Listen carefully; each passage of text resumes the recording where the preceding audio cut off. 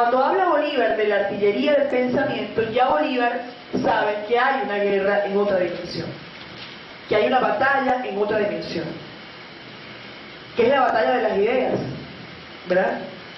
Pero más allá de la batalla de las ideas es en realidad el enfrentamiento de un pensamiento en contra de otro, utilizando para llevarse por delante el otro lo que sea.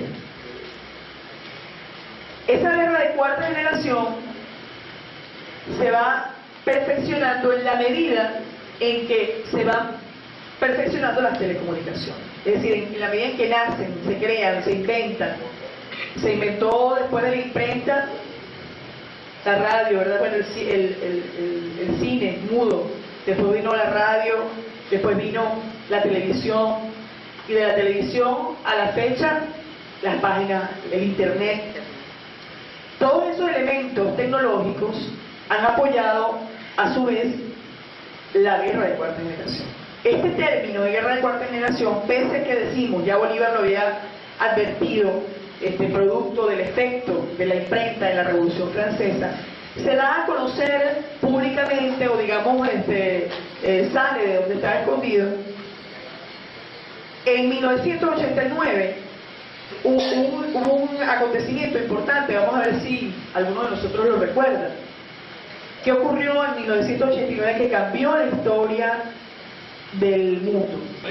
Exactamente, la caída del muro de Berlín y, digamos, la desaparición de la Unión Soviética. ¿Qué fue lo que pasó en 1989? Aparece la propuesta de la perestroika, ¿verdad? Y el glasnost.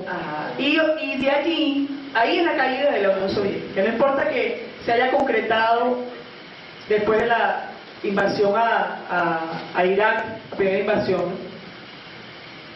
La Unión Soviética cae inmediatamente, se hace pública la propuesta de la perestroika y ya sabíamos lo que venía. Y cayó el muro de Berlín. Ahí la historia cambia.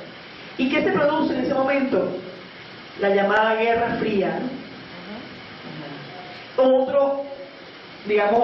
Otra modalidad de la guerra. Él dice lo que es correcto. Él dice, la Guerra Fría termina cuando cae el muro de Berlín. Pero eso es mentira. Es una mentira de los medios. La Guerra Fría, incluso todavía nosotros vivimos los efectos de la Guerra Fría. Pero nosotros, los medios, nos han dicho eso. Así como dicen que en 1989 aparece la Guerra de Cuarta Generación, nos dicen que la Guerra Fría ha terminado. No, la Guerra Fría no ha terminado. El bloqueo a Cuba forma parte de la Guerra Fría. Y todavía el bloqueo continúa. Pero nada más hay un bloqueo a Cuba, no, hay un bloqueo también a los países del Oriente Medio, hay un bloqueo a los países del África, y hay un bloqueo mediático en contra de todos los países y pueblos que se levantan y que, digamos, no ven en Estados Unidos o en el imperio, o las transnacionales o en las corporaciones, sus intereses. ¿Qué había ocurrido hasta 1989 para que el pueblo a nivel mundial, la humanidad, justificara la caída del muro de Berlín, justificara la caída de la Unión Soviética y justificara la hegemonía prácticamente absoluta del imperio estadounidense? Se había generado todo un proceso de manipulación a través de los medios. ¿Qué decían las películas que todos nosotros, bienvenidos, todos nosotros hemos visto alguna vez, ¿verdad? Televisión. ¿Quién? Que levante la mano quien no ha visto televisión.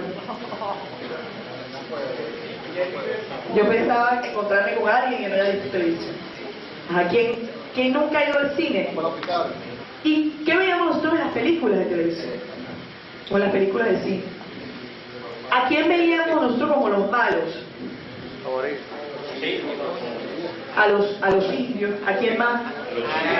A los chinos, a los árabes, a los negros, a los latinos. ¿Quién más?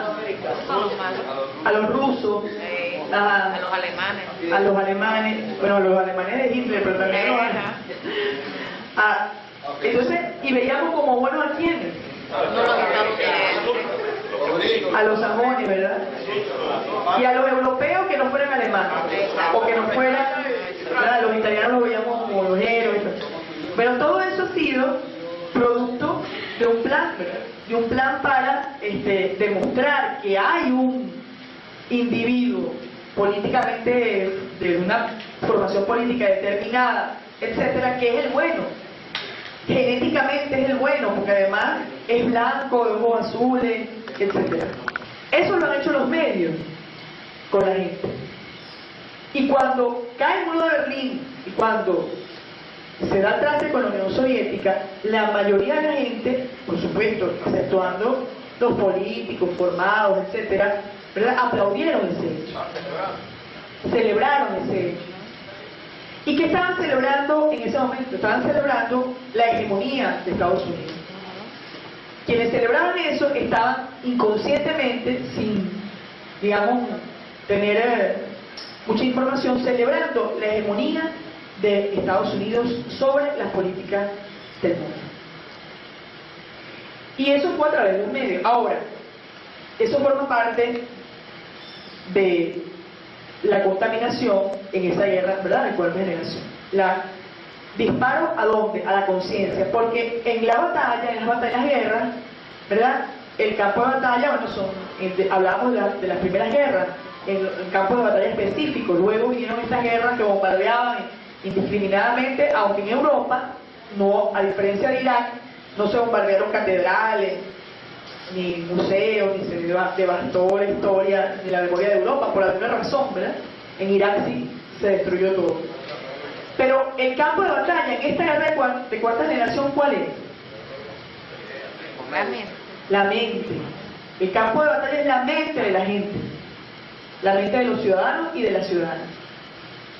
Es allí donde se generan los enfrentamientos y las confrontaciones.